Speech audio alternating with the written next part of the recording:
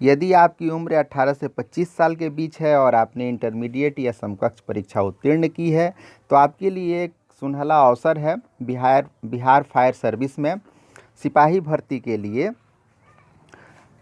Fireman के रूप में आपकी सेवा जो है सबसे आराम की सेवा है।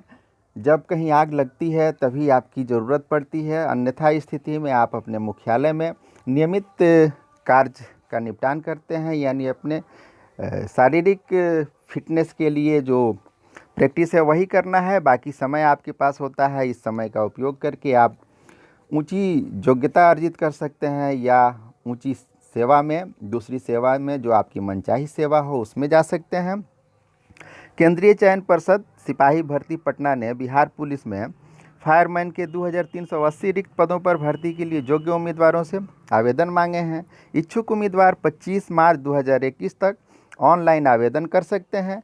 भरे गए ऑनलाइन आवेदन पत्र को केंद्रीय चयन परिषद को भेजने की आवश्यकता नहीं है, लेकिन भविष्य में पत्राचार के लिए रजिस्ट्रेशन नंबर का होना आवश्यक है।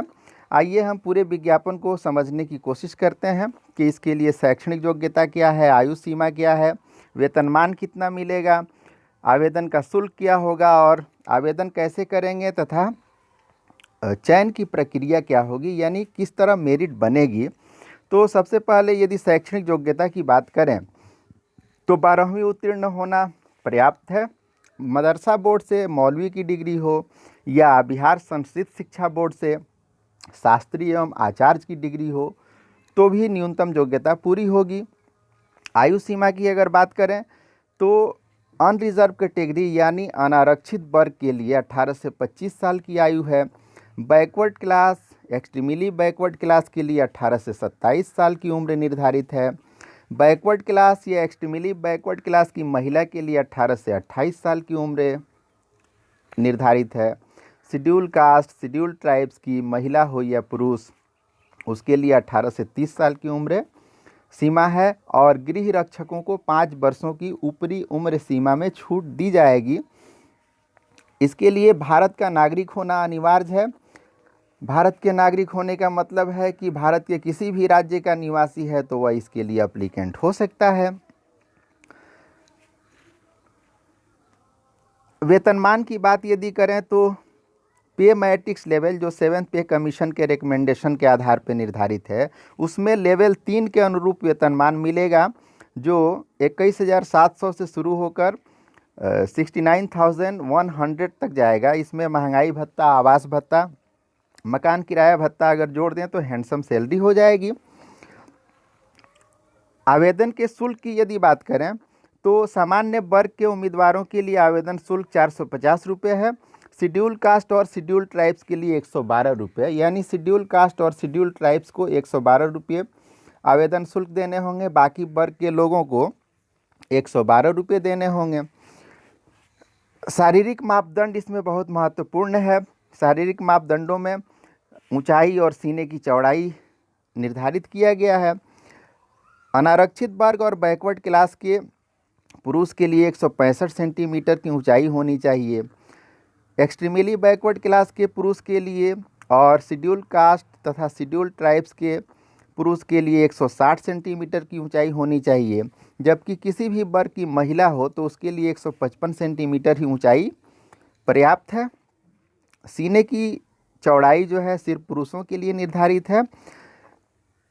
अगर सामान्य वर्ग का या बैकवर्ड या एक्सट्रीमली बैकवर्ड कैटेगरी का पुरुष है तो बिना फुलाए हुए उसके सीने की चौड़ाई 81 सेंटीमीटर और फुलाने के बाद 5 सेंटीमीटर का फुलाव होना चाहिए, यानी 86 सेंटीमीटर होनी चाहिए। शेड्यूल कास्ट और शेड्यूल ट्राइब्स को सीने की चौड़ाई में 2 सेंटीमीटर का छूट है, यानी शेड्यूल कास्ट शेड्यूल ट्राइब्स के पुरुष अभ्यर्थी के लिए सीने की चौड़ाई 79 सेंटीमीटर बिना फुलाए हुए और 84 सेंटीमीटर फुलाने के बाद होना चाहिए। महिलाओं के लिए सीना की माप नहीं होगी। महिलाओं के लिए वज़न निर्धारित है। सभी कोटि की महिलाओं का न्यूनतम वज़न 48 किलोग्राम होना चाहिए। नियुक्ति के प्रक्रिया की बात करें तो कई चरणों में ये प्रक्रिया पूरी होगी। प्रथम चरण में लिखित परीक्षा होगी जो 100 अंकों की होगी, 100 प्रश्न आएंगे ऑब्जेक्टिव। हर प्रश्न के लिए 1 नंबर मिलेगा और इन प्रश्नों का स्तर जो होगा वो मैट्रिक के लेवल का होगा। सिलेबस जो है वह बिहार बोर्ड द्वारा निर्धारित सिलेबस ही है। हिंदी, इंग्लिश, मैथ और सोशल साइंस यानी हिस्ट्री, ज्योग्राफी, पॉलिटिक्स और इकोनॉमिक्स से प्रश्न होंगे और साइंस यानी फिजिक्स, केमिस्ट्री, बायोलॉजी से प्रश्न होंगे। इसके अलावा जनरल नॉलेज के क्वेश्चन होंगे और करंट अफेयर्स के भी क्वेश्चन होंगे। सभी विषयों से मिलके कुल 100 क्वेश्चन होंगे और हर क्वेश्चन के लिए 1 अंक होगा। ये जो प्रथम चरण की लिखित परीक्षा है यह क्वालिफाइंग नेचर की होगी, यानी इसमें प्राप्त अंकों का मेरिट के निर्धारण में कोई भूमिका नहीं होगी।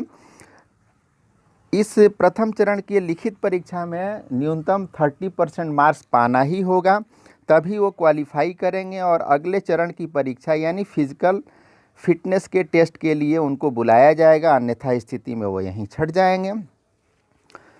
जो लिखित परीक्षा होगी उसके क्वालिफाई करने के बाद जो कुल वैकेंसी है उसके 5 टाइम यानी 5 गुना कैंडिडेट्स को बुलाया जाएगा। अगर 2380 वैकेंसी में 5 से हम मल्टीप्लाई करें तो 11900 कैंडिडेट फिजिकल फिटनेस के लिए बुलाए जाएंगे और फिजिकल फिटनेस जो होगा वह द्वितीय चरण की परीक्षा मानी जाएगी और इसमें 3 तरह के टेस्ट होंगे। पहला दौड़ के लिए, दूसरा गोला फेंक के लिए और तीसरा ऊंची कूद के लिए।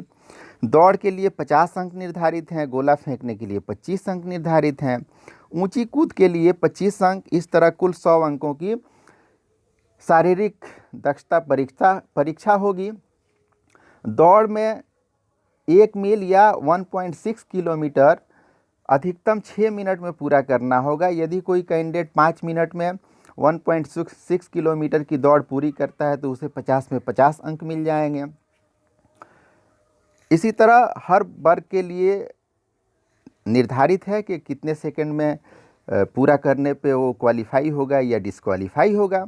गोला फेंकने के लिए 25 अंक है। 16 पाउंड का गोला न्यूनतम 16 फीट तक फेंकना है और यदि 16 फीट से 17 फीट तक कोई गोला फेंकता है तो उसे 9 अंक मिलेंगे। 17 फीट से ज़्यादा एवं 18 फीट से कम फेंकता है तो 13 अंक मिलेंगे और 20 फीट से ज़्यादा फेंकता है तो 25 अंक मिलेंगे। इस तरह गोला फेंकने के लिए भी निर्धारित है और इसके बाद ऊंची कूद के लिए भी मापदंड निर्धारित है। ऊंची कूद के लिए भी 25 अंक मिलने वाले हैं।